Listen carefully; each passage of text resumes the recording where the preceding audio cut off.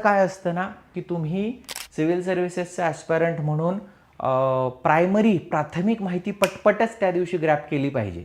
खूप extra ordinary करण्याच्या इच्छेपायी किंवा त्या नादापायी बरेच लोक मागे राहतात. स्पर्धा परीक्षेचा किंवा सिव्हिल सर्व्हिसेसचा ॲस्पायरंट म्हणून आपण सतत एक गोष्ट लक्षात घेतली पाहिजे की आपण आधी मेडिओकर, सामान्य, सरासरी, ॲव्हरेज अभ्यास संपवला पाहिजे. नंतर त्या अभ्यासाला एक्स्ट्रा ऑर्डिनरी करण्याचा प्रयत्न केला पाहिजे. कारण खूप डीप डाईव्ह करून, खूप रिसर्च करून एकच मुद्दा समजून घेणं म्हणजे सिव्हिल सर्व्हिसेस नाही. त्याकरता विद्यापीठं आहेत, रिसर्च इन्स्टिट्यूट्स आहेत. सिव्हिल सर्व्हिसेस म्हणजे मी नेहमी म्हणतो टच अँड गो. तुम्हाला सगळं माहीत असलं पाहिजे. खूप डीप माहीत नसलं तरी चालेल, पण सगळं किमान आधी माहीत असलं पाहिजे. डीप नंतर. ॲव्हरेज माहिती आज आली आहे, आजच आपल्याला ती संपवून टाकली पाहिजे.